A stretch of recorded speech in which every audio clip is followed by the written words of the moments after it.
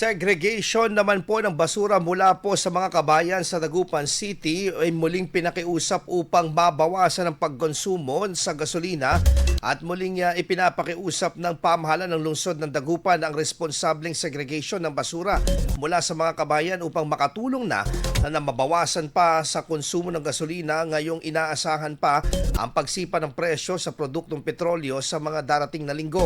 Ayon sa alkalde, malaking kabawasan ang maidudulot nito ng segregation ng mga kinukolektang basura dahil nalalaman na agad ng Waste Management Division ang mga basura na nararapat pang ibiyahe patungong sanitary landfill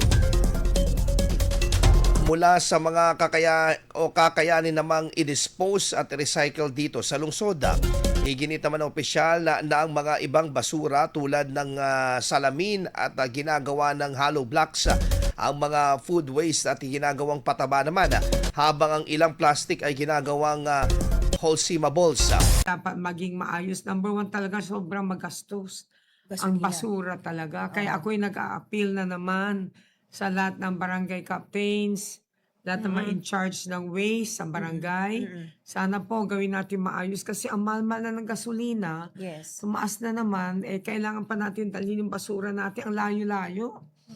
And then at the same time, siyempre may tipping fee pa yan. Kaya kanina, pinag-usapan namin, talagang ipapalakas natin yung segregation.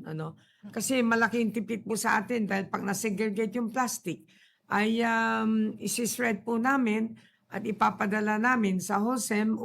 Tinig ni Dagupan City Mayor Belen Fernandez.